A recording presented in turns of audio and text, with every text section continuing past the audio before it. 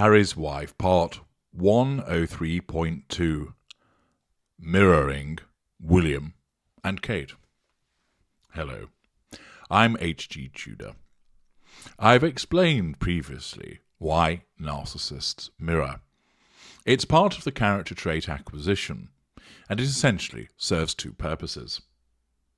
The first is that the narcissist is essentially empty, and also, in order to fit in, has to present a particular person to the person that they're involved with, particularly during seduction, whether that seduction's sexual or not, in order to bring that person under control. One favoured way, of course, of doing that is mirroring the interests, likes, dislikes, opinions, political stance, moral fortitude of the person that the narcissist is seeking to bring under control. Accordingly, we may well express an interest in a particular sport that you enjoy, agree completely that you can't stand garlic, that a particular series, for instance, of The Bridge, was excellent to watch and you were really into it also. And the narcissist will take anything. Your political preferences, fragrances, food likes and dislikes, television, film, music, travel, places you've been to, books that you've read, experiences that you've had, and will mirror them. Your behaviour will also be mirrored, the way that you sit, the way that you're talking, your views on other people, the thing that you're drinking in the bar that the narcissist is engaging in with you. These things are mirrored. Now, of course, more evolved narcissists do have some substance to them, and therefore do have a range of experiences that they can utilise. But essentially, you have to remember that the narcissist is a fluid creature. There is no stable core. Some things don't shift that often, and as I've explained to you previously, for example, a particular narcissist may well have been consistent in the football team that they've always said they've supported throughout their life, but if needs really must, they could shift to a different team. Other instances are far more fluid, and that might be, for example, with regard to what the narcissist claims that they like in terms of particular foods. This person likes Mexican, they like Mexican, then the next person prefers Italian. The Italian's always been my favourite, and no, I've never liked Mexican, and so on and so forth. The necessity of mirroring is done to bring that person under control and to draw fuel from them, and also to enable the narcissist to access character traits and residual benefits. But it's also done because many narcissists, and the majority of narcissists being lesser and mid-range, are empty. There simply isn't anything there. Either they have engaged in banal, beige, vapid lives and haven't really done anything, and therefore, in order to make themselves seem far more interesting than they actually are, they have to acquire what other people have done, whether it's pinching something off the internet or somewhere that their friend went to, in order to make themselves look superior to what they are, to then assert control over somebody else and draw fuel from them. So if they were asked, where have you been on holiday, and the only place that they went to was Skeg Vegas, i.e. Skegness in Lincolnshire, the narcissism recognises that's not going to do the job, and will then character trait acquire perhaps a recent friend's trip to Crete and pass it off as their own, or that they were reading a magazine and somebody had spent a week in New York, and they talk about those restaurants and places that were visited there as if they had been. Often it's taken from people that the narcissist knows, and because that information is something that they've been privy to. In other instances also, the narcissist is actually envious of those other people in the fuel matrix. It could be the intimate partner primary source, an intimate partner secondary source, and commonly non-intimate secondary source, friends and family members, of whom the narcissist is envious. And they take their experience and pass them off as their own, both in terms of enabling them to control other people by stealing that experience, but also as a method of indirect control over the person that they've stolen it from. Character trait acquisition happens repeatedly, and we've seen with Harry's wife that when she's asked questions, for instance, see my dissection of the AOL interview that I did recently, she struggles to come up with things because of a low cognitive function, allied with the fact that she's not particularly interesting. And most of her experiences are likely to have been taken from other people. And I've explained before that much of what was written on the TIG, or the STIG, is likely being purloined from the internet. Tom Bauer in Revenge made reference to the fact that CSC assiduously researched matters on the internet. And I suspect that many of the things that she wrote about, she never went near the place, but rather just took the information off the internet and made it seem as if she went there. Thus, she seems far more interesting than she actually is. And remember, the economy setting of the narcissism gets what it needs.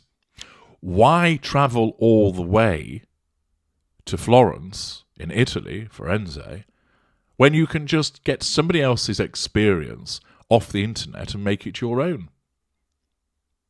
It asserts control, draws fuel, manages the facade, and you haven't had to spend any money or any time or any asset or resort to get there.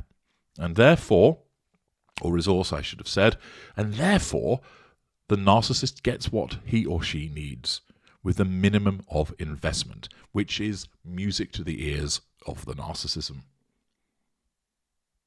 Lesser and mid-range narcissists do this repeatedly, especially mid-range narcissists who have almost like an obsession with portraying them to have a lifestyle beyond that which they actually have. That's why you see certain behaviours so often on social media by those people who are presenting a world that isn't actually theirs, the fake it till you make it brigade. But what about Harry's wife? Well, let's have a look at some recent information that's come our way as a consequence of the nauseating Variety interview that she had undertaken. I'm going to provide you with just the material to look at without commentary. I'm going to play you a clip and then provide you with a newspaper headline and article, and then again and again. And you can see the mirroring that Harry's wife has been engaging in with regard to both William and Kate. Hi, I'm Meghan, and I play a mean game of Scrabble. I don't know if a lot of people know that. Maybe they do, but I also make a really solid bolognese sauce.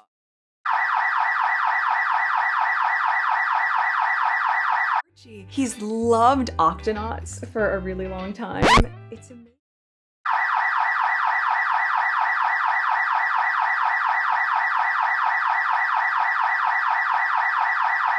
Hi, I'm Meghan, and I play a mean game of Scrabble. A lot of people know that. Maybe they do, but I also make a really solid bolognese.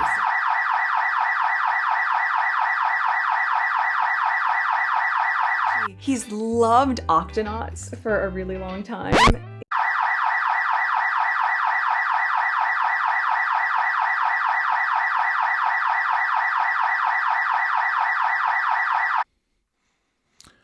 First up, Harry's wife tells us that she loves Scrabble. Lo and behold, way back on the 16th of March 2013, the Mirror reported royal squabbles, Wills and Kate argue over Scrabble games.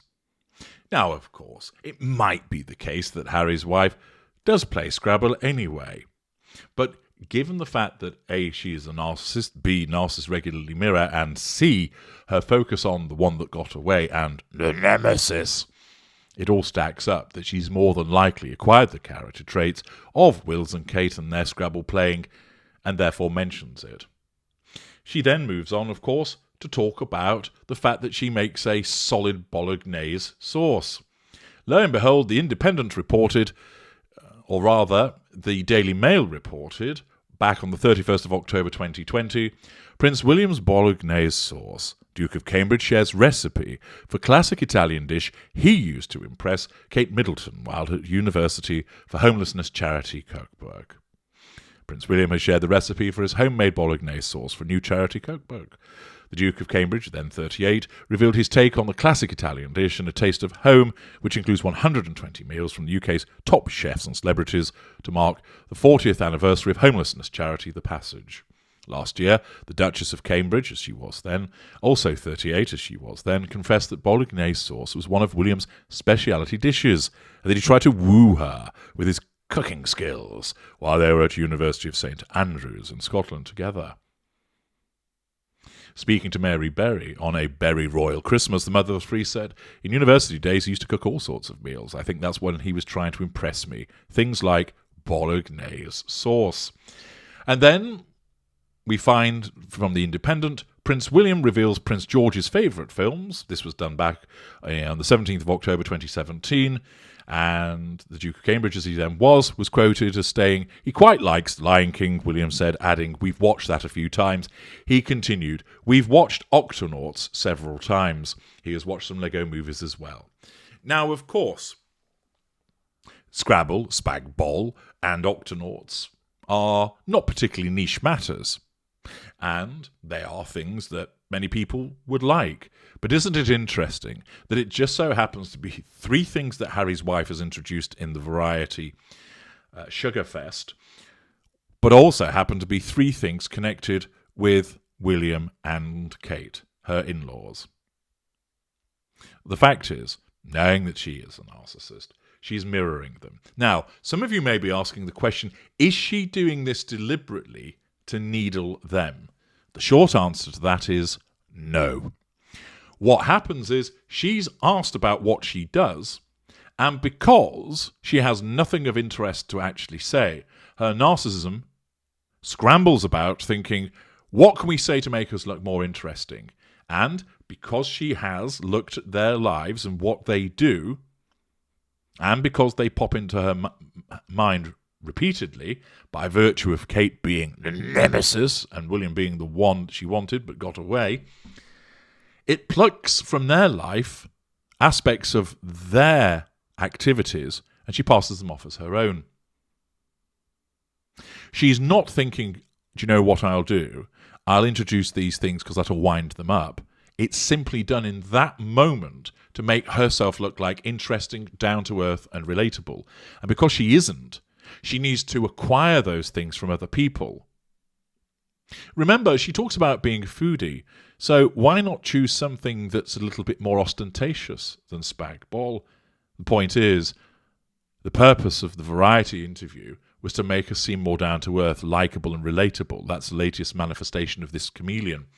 And therefore coming out with some airy-fairy recipes wouldn't fit with that. Instead, good old solid traditional Spag Bol is the one that she goes for, talking about the old bolognese sauce.